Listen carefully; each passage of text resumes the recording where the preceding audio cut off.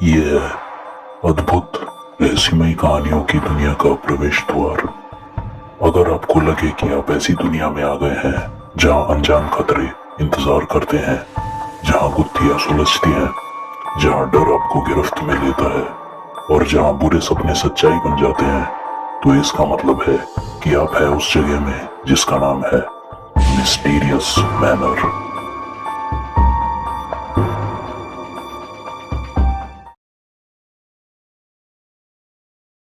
विशाल और धनंजय ने तय किया था कि दोनों वीकेंड पर गाड़ी से बिना मोबाइल के शहर की भागदौड़ से दूर कहीं निकल जाएंगे।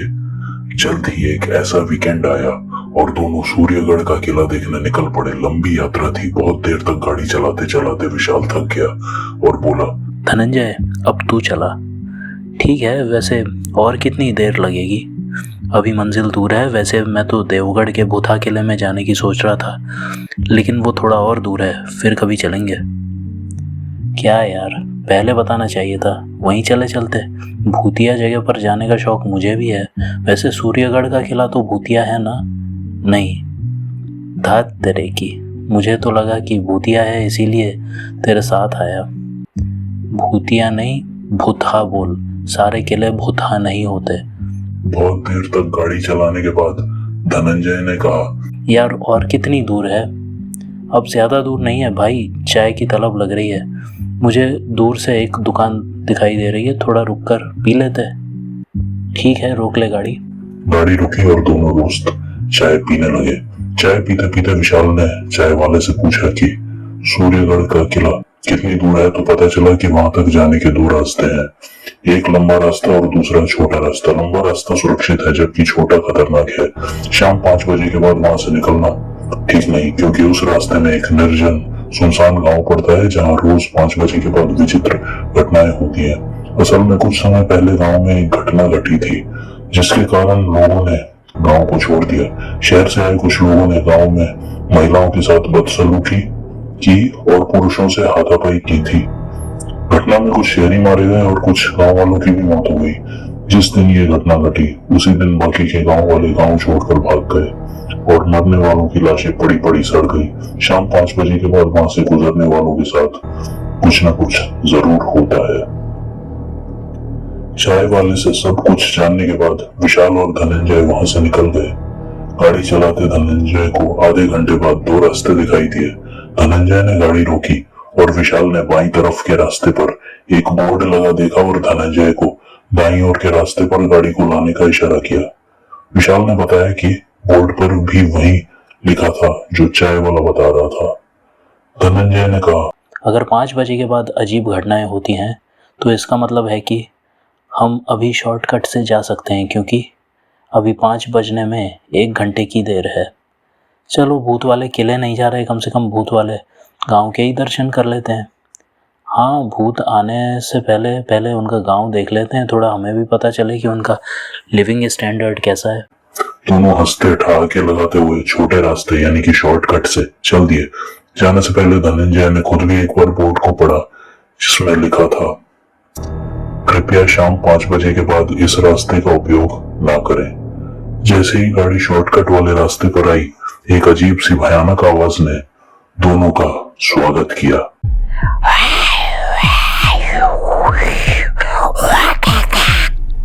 विशाल ने कहा, कितनी भयानक आवाज है, शायद गाड़ी से आ रही है।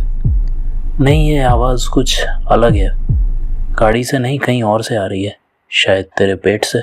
मजाक मत कर। तभी धनंजय की नजर एक आदमी पर पड़ती है जो अपने साइकिल की चेन ठीक कर रहा था।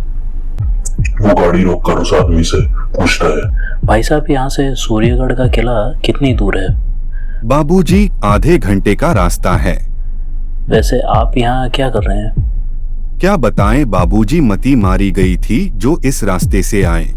शाम होने वाली है और चेन उतर गई। इसे ठीक करते करते देर हो गई तो यहाँ से नहीं निकल पाऊंगा। बाबूजी, दया करके हमको इस गांव के बाहर तक छोड़ दो, हम अपनी साइकिल यहीं छोड़कर जाएंगे। हमको भूत पिशाच के चक्कर में नहीं पड़ना।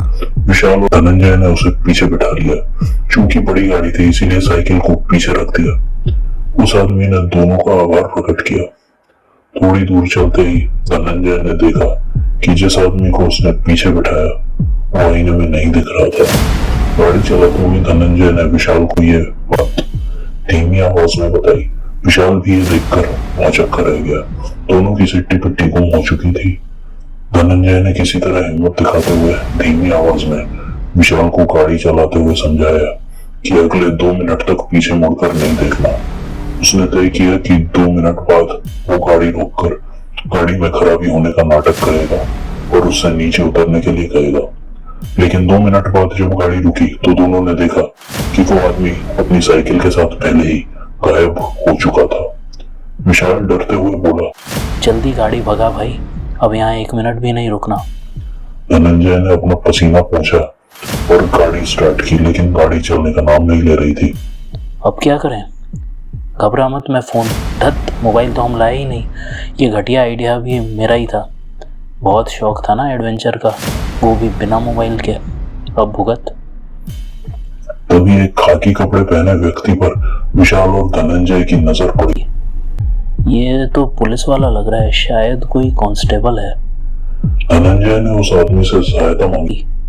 एक्सक्यूज मी, क्या आप हमारी मदद करेंगे? हम बहुत बड़ी मुसीबत में फंसे हैं, हमारी जान खतरे में है।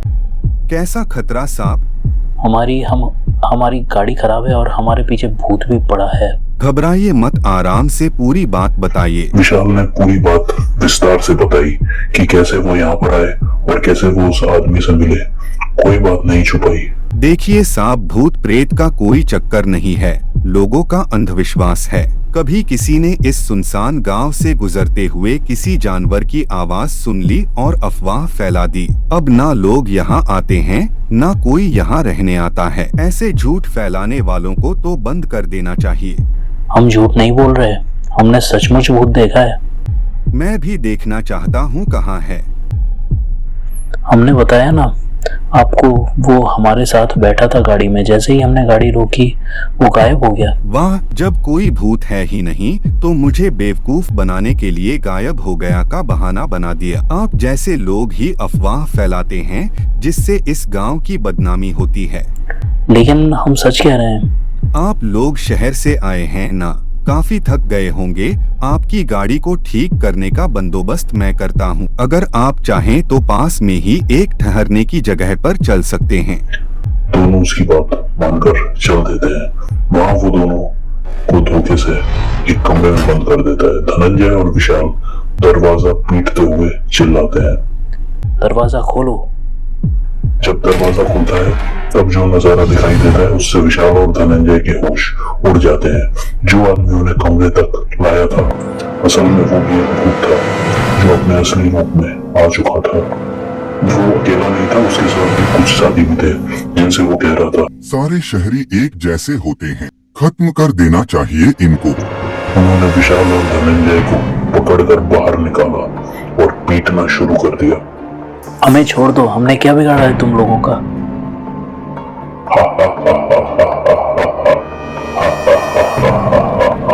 भयानक हंसी गूंजती रही और साथ में वो भयानक आवाज जो उन्हें गांव में घुसते ही सुनाई दी थी।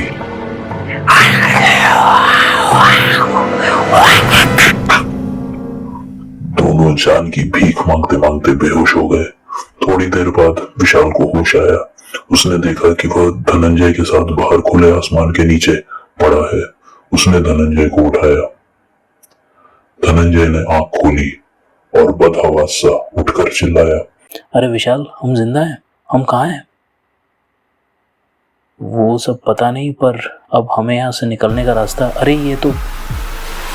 विशाल बोलते बोलते अचानक रुक गया क्योंकि उसने अपनी गाड़ी को खड़ा पाया।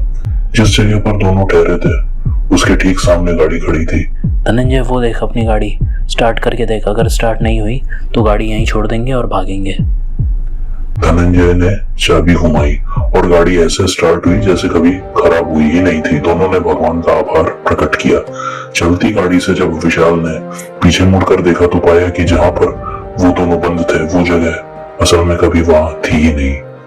मुझे समझ नहीं आ रहा कि गाड़ी यहाँ तक आई कैसे। चाबी तो मेरे पास थी। वो सब छोड़ और जल्दी से गाड़ी भगा।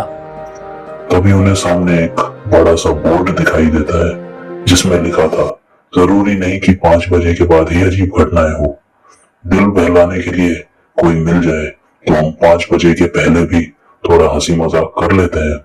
उम्मीद है पिटाई याद रहेगी। यहाँ से सीधे चले जाइए, सूर्यगढ़ का किला आ जाएगा। हमारा मनोरंजन करने के लिए आपका धन्यवाद। आपकी यात्रा शुभ हो और आपका जीवन मंगलमय हो। विशाल और धनंजय वहां से जिंदा बाहर निकल आए, पर अपने साथ ऐसी यादें और एक ऐसा अनुभव लेकर आए जो उन्हें जीवन भर याद रहेगा। यदि कहानी पसंद आई तो लाइक और सब्सक्राइब करें। धन्यवाद।